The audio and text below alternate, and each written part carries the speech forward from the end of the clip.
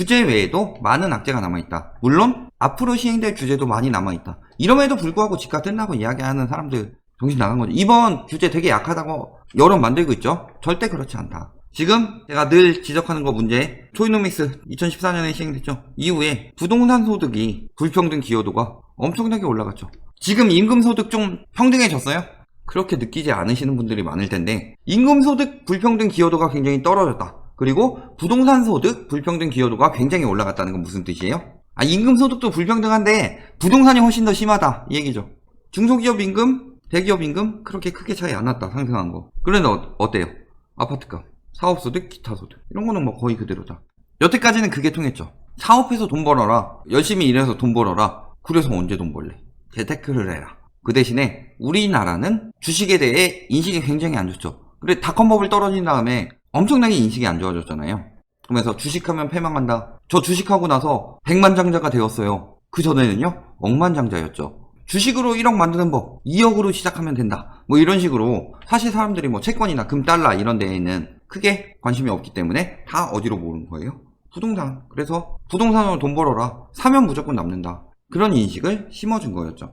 보면은 예전에 규제 전에 막 쏟아진다. 규제 전 내 집 마련 찬스. 왜 규제 전 내 집 마련 찬스예요? 규제를 하면 할수록 가격이 떨어지기 마련인데, 서울에서 청약으로 내 집 마련? 뭐 불가능하다 하면서 로또 청약 불은 분양가 상한제 1년, 더 멀어진 내 집 마련 이런 식으로 이야기하다가 규제 딱 시행하니까 점점 더 멀어진, 맨날 점점 더 멀어진 내 집 마련이죠. 전세 사는 사람들은 서울 내 집 마련 어렵다, 제한 논란, 규제 망치질, 로또판 됐다.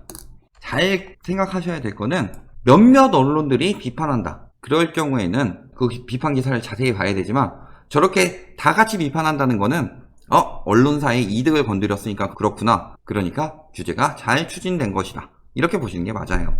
지금 엄청나게 여론 만들려고 그러죠. 규제 때문에 실수요들이 집을 못 산다. 제가 몇 번이나 얘기했죠. 지금 실수요들 집 사지 말라고 하는 얘기라고. 파주할 때도 이야기했지만, 김포 파주 일부러 빼놔서 그쪽으로 투기 수요 몰아서 집값 올리는 세력들 거기서 몰아서 묶어놓고서 규제로 묶어놓고, 그 다음에 실수요들을 살만한 가격까지 떨어질 때까지 안정시켜 놓으면 중간에 투기 수요들이 들어와서 가격 띄우기가 더 힘들어지니까 가격 안정된 다음에 실수요들 살 때쯤에는 집값을 잡기 위해서 어쩔 수 없이 규제했지만 너무 강화된 것들, 예를 들어 이번에 6.17 때 나왔던 뭐 3억 집 사면 전세자금 대출 바로 회수 뭐 이런 것들은 조금 더 약해질 수는 있겠죠. 지금은 강화해야죠. 실수요들 집 사지 말라는 시그널인데. 그런데 멀어진 내 집 마련의 꿈, 특히 현금 부자들만 집 사서 돈 번다. 지금까지 올랐으니까 현금 부자들만 사가지고 집값 더 오를 수 있어요? 철저히 수요 공급인데, 이번 정부의 정책을 보면은 공급 정책에 비해서 수요 억제 정책에 굉장히 많이 들어가죠. 수요 억제 정책 하는 건 뭐예요?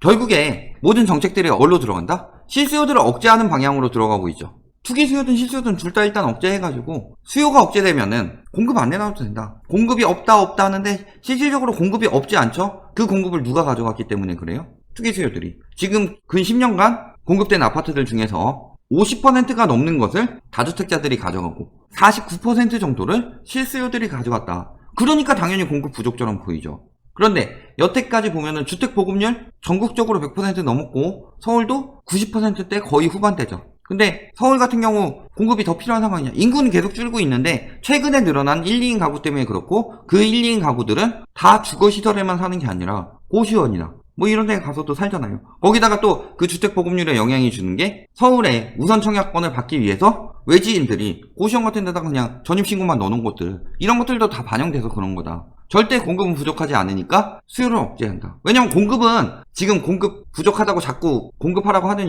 말하는 이유들은 건설사들 따까리라고 그러죠. 건설사들이 공급 부족하다 이걸 심어줘야지 사람들이 청약을 받을 거 아니에요.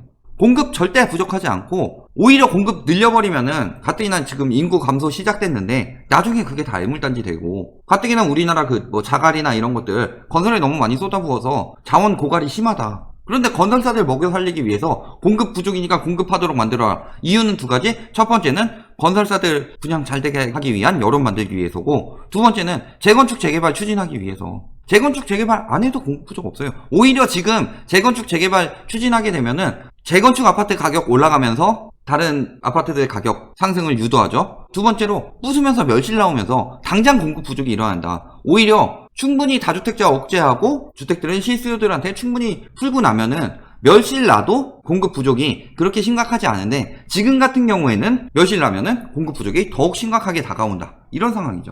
그러니까 유도하는 거잖아요. 투기 수요 차단하고 실수요 중심의 주택을 공급하기 위해 정책이 목적이 이거다. 투기 수요를 차단하고 실수요 중심의 주택을 공급이 부족한 게 아닌데 투기가 가져가니까 문제 아니냐 이건데 왜 자꾸 투기 가져가지 못하게 하느냐. 공급을 풀어줘야지 왜 자꾸 수요 억제를 하느냐. 투기가 가져가니까 그런 거잖아요. 투기 수요들이. 그래서 전매 제한 강화하겠다고 그랬죠. 의무 거주 조건 넣고 있죠. 지금 실수요들을 위주로 수요 정책을 짜고 있다. 그럼 투기 수요들한테는 굉장한 악재가 될 수밖에 없는 상황이죠. 자, 거기다가 이런 지역들을 어디까지 늘렸다? 투기 과열지구 48곳까지, 조정 대상 지역 69곳까지. 특히 이게 서울 중심 수도권은 대부분 진짜 거의 다 지정됐고, 여기 뭐 김포, 파주 뭐 제외하고 보면 뭐 있어요? 강화, 양평, 남양주, 광주, 이천, 여긴 처인구, 그다음에 안성 일부. 이런 데는 사실은 들어갈 만한 상황이 아니죠. 공급도 없고. 거기다가 그동안 대대강죽에서 결국에는 끝까지 버티면은 규제 당한다고 그랬어요. 대전 규제 당했죠. 그리고 세종 전역으로 늘었고, 최근에 방산가습기 그거 얼마 나오지도 않는 거 가지고 청주까지 지정됐죠. 거기다가 대구 수성구는 원래 투기 과열 지구였고, 이런 상황이다. 이렇게 이번에 규제가 계속 강화되고 있죠. 어떤 것들 강화됐어요? 규제지역 지정된 거 외에도 정비사업에서 안전진단 절차 강화한다. 자, 멸실 줄이겠다죠. 그 다음에 분양 신청 시 2년 이상 거주 필요하다라는 거, 이거 재건축 아파트 잡겠다는 거예요. 그 다음에 부담금 제도 개선, 이거는 뭐 이미 얘기 나왔던 거고, 그 다음에 이번에 법인 강화 굉장히 세게 들어갔죠. 크게 문제가 되는 게 뭐예요? 종부세 안 내려고 법인으로 도망갔는데 법인에서 법인세를 올려버린 거예요. 거기다가 뭐 대출도 못 받게 하고 팔리지도 않게 만들었다. 주택임대사업자들이 살까요? 주택임대사업자들 혜택 없애야 된다 하는데 사실상 소급 적용은 굉장한 반발을 일으키기 때문에 다른 방법을 선택했죠. 이제 저기 상한선이나 보증금 미반환 시 혜택 줬던 것을 환수하겠다. 이런 식으로 조정하는 정책이 나타났죠. 지금 임대사업자 없애라 하는데 아직은 때가 아니에요. 제 생각에는 만약 그 주택임대사업자 혜택을 없앤다면은 임대차 3법 시행되고 난 뒤에, 왜냐면 지금 임대사업자를 없애버리면은 암암리로 다 빠져나갈 거고 임차인들한테 피해 전가할 거기 때문에 임대차 3법 때 임차인들의 피해가 커질 수가 있어요. 그러니까 주택임대사업자에 대한 규제를 지금 혜택을 없애고 있지만 만약 정말로 그 소급 적용해서 다 폐지한다 해서 그 정책을 추진한다고 하면은 그거는 언제 해야 되느냐? 지금이 아니라 임대차 3법 뒤에. 그 전까지는 너무 그렇게 하지 말아라. 그런 식으로 해놓고 법인 강화가 이게 엄청나게 센 게 종부세가 무조건 최고 세율로 들어가기 때문에 몇백 내던 게 갑자기 수천 내야 돼요. 내년에. 그러면은 내년에 보유세 내기 전에 팔려는 매물들 나오겠죠? 그리고 그 시점이 언제부터예요? 그러니까 내년에도 많이 나오고 지금 당장도 많이 나오겠죠. 그리고 올해 말까지도 유예 기간이 있다. 팔 수 있는. 그러니까 내년 5월까지 법인 매물들이 쏟아져 나올 수밖에 없다. 전년도에 비해서 법인 매물이 440%가 증가했어요. 살 때. 그러면 그 매물들이 이제 다시 팔러 나오겠죠.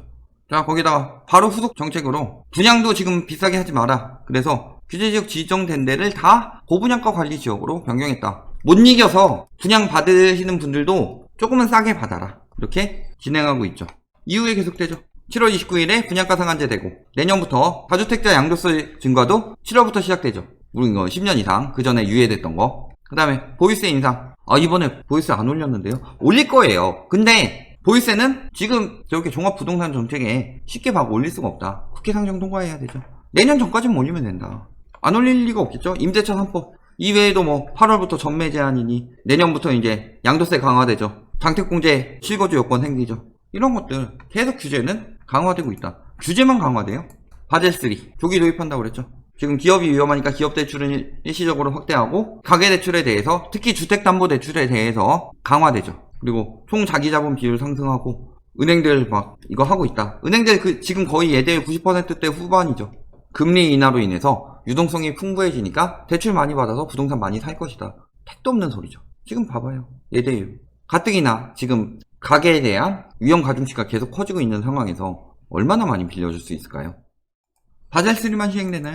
뭐 하고 있어요? 저는 대출 규제 전날 막차 타자. 막차 타려고 가서 줄 서면은 김포 파주 뭐 10시까지 문 열었다고 하는데 그렇게 해주나요? 은행은 시간 되면 딱 문 닫죠. 송도 농협은행에 장사진 쳤다. 다 빚내서 집 산 사람들이다. 이런 지역들 찝혔다는 거는 이 지역이 위험하다는 소리예요. 빚내서 집 산 사람들.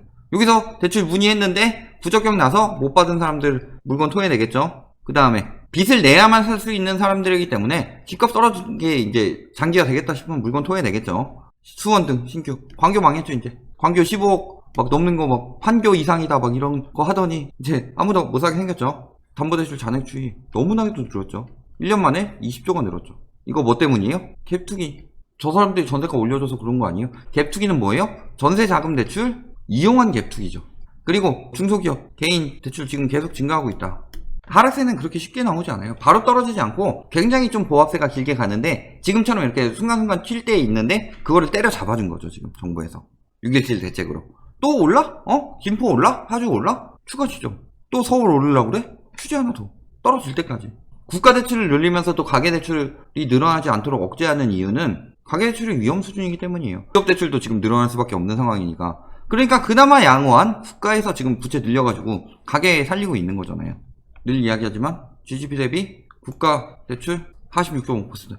너무 미치게 늘어난 거 아니에요? GDP 대비 가계부채는 이미 90%대죠. 여기다가 전세자금 대출까지 포함하면은 100% 넘어간다고 그랬어요. 기업대출도 마찬가지고. 거기다가 시중은행 연체율 늘어나고 있죠. 계속. 연체율이 늘어나고 있다는 거는 빌렸는데 갚지를 못한다. 뭐가 늘어날 거라는 얘기예요? 파산이 늘어나면 경매가 늘어날 수밖에 없죠. 자, 실업률 늘어나고 있죠. 우리나라 특히 청년 실업률 비중이 7년째 OECD 1위다. 이런 얘기까지 나오고 있죠. 이야기하지만 지금 투기 수요에서 실수요 위주로 규제 강화해서 부동산 시장이 돌아가고 있다. 그러니까 부자들이 먼저 부동산을 팔기 시작했다. 그리고 다주택자들 역시 그걸 보고 지금 빨리 팔아야 되는데 조금 더 버티면 뭐 양도세라도 조금 풀어주지 않으려나 하는 마음으로 좀 버티고 있다 싶은데 보유세가 강화되면은 팔 수밖에 없죠. 거기다 법인 매물 늘어나고 있죠. 연체율 늘어나고 있어서 경공매 많이 나올 가능성 높죠. 그 다음에 신탁 인재 들어간다고 그랬죠. 임대사업자도 점점 더 강화하고 있다. 그럼에도 모든 사람들이 다 버틸 수 있어서 급매물 안 나올 거고 집값은 떨어지지 않을 것이다. 저보고 희망 고문한다고 그러는데 본인들이 희망 고문하고 있는 거죠. 그 희망 고문으로 버티고 있는 건데 그렇게 늦게 팔수록 그들이 손해보고 있는데 집값 올랐으니까 더 나은 거 아니냐. 낫긴 뭐가 나와요. 그만큼 보유세 더 내야 됐었고 규제 강화돼서 팔아가지고 급매로 팔아야 하는 상황이고 그러면서 보면 결국 남는 거 없더라. 오히려 버티면 버틸수록 안 좋아지는데 자꾸 뭐 그래도 전체적으로 지수상으로 올랐으니까 돈 번 거다. 호가는 얼마든지 올려서 지수는 조작할 수 있어요. 그걸 믿고서 지금 계속 버티는 게 이상한 거지. 세계 위기 왔으면 우리나라 IMF 때든 리먼 때든 항상 집값 급격히 폭락했었죠. 지금 미국 어때요? GDP 성장률, 향후 미 경제 전망. 기준금리 더 안 내려갈 것 같죠? 더 내릴 데가 없어요. 더 내리면 마이너스니까. 유럽처럼 이렇게 연합으로 하는 것도 아니고. 그리고 실업률 지금 미쳤죠? 지금 상황이 이렇다. 역대 경제위기 때 글로벌 세계 경제 성장률 5.1 쇼크 때도 성장했고 글로벌 금융위기 때도 1.8%인데 벌써 5.2%다 마이너스 5.2%로 전망되고 있다. 근데 리먼 때도 떨어졌는데 이번에는 금리가 낮으니까 극복한다고요? 금리만 가지고 집값이 오를 거였으면 되게 쉽죠. 정부에서 금리 내려서 집값 올리고 집값이 너무 올랐다 싶으면 금리 올려서 집값 낮추고 그러면 되는 건데 그게 안 되죠. 세계적인 저금리 상황인데 그냥 세계 경제 허탄나고 있다. 북한에서는 터트려서 자꾸 도발하고 있으니까 외국인들이 우리나라 부동산을 사겠어요? 중국인들이 싹쓸이 한다고요? 옛날부터 개소리라는 거 제가 계속 증명했었죠. 그 다음에 비중 무역 전쟁 터지고 있고 5.1 문제 생기고 있고 여러 가지 문제 굉장히 많다. 지금 부동산 시장 앞으로 나올 호재가 뭐가 있을까요? 사실상 진짜 웬만한 충격이 오기 전까지는 금리 인하는 더 힘든 상황이다. 왜냐면 돈이 빠져나가니까요. 금리 낮은 데서 돈 빌려서 금리 높은 데다가 맡겨놓으면은 그것만 가지고도 이익 볼 수 있잖아요. 그런데 지금 우리나라 금리가 왜 이렇게까지 낮은데 돈이 많이 빠지지 않느냐. 미국, 유럽 이런 데가 더 낮췄으니까. 그대로 높이면은 유입은 될 수 있지만 가계부채 때문에 무너지게 생겼죠. GDP 대비 가계부채 90%대까지 올려놨으니까 어쩔 수 없이 지금 금리 인하 들어간 거다. 가계 다 무너지게 생겨서. 금리 인하? 근데 더 될 수 있냐. 가뜩이나 우리나라는 전쟁 위험국이기도 해서 금리를 어느 정도 유지해야지 외국인 자본이 들어오죠. 적어도 미국이나 유럽보다는 그래도 한 0.5%포인트 정도는 높아야지 유지가 되겠죠. 금리 인하 안 되죠. 유동성? 미국, 일본은 찍어내도 우리나라는 기축통화 아니라서 안 되죠. 우리나라 유동성은 다 회수 가능하게 긴급재난지원금으로 시간 제한 뒀든가 아니면은 RP 매입으로 해가지고 유동성 과잉된다 싶으면 회수할 수 있게 그런 식으로 조치를 했다. 유동성 늘어난다? 말도 안 되는 소리죠. 호재될 건 없다. 근데 악재는 많죠. 규제 강화되고 있다. 그리고 지금처럼 김포, 파주 풍선효과 한다고 하면은 규제 지역만 늘리면 된다. 이제 더 강화할 필요 없죠. 분상제 아까 얘기했듯이 분상제 전매 제한, 양도세 강화, 지금 부동산에 대해서 때려잡기 위해서 엄청난 규제들이 계속 이어지고 있다. 경제도 안 좋아지고 있어서 사람들의 여력이 떨어지고 있다. 그런데도 불구하고 부동산이 오를 것이다? 되도 않는 소리죠. 부동산은 계속 악재만 가득한 상황이다 라는 점 꼭 알아두시기 바랍니다.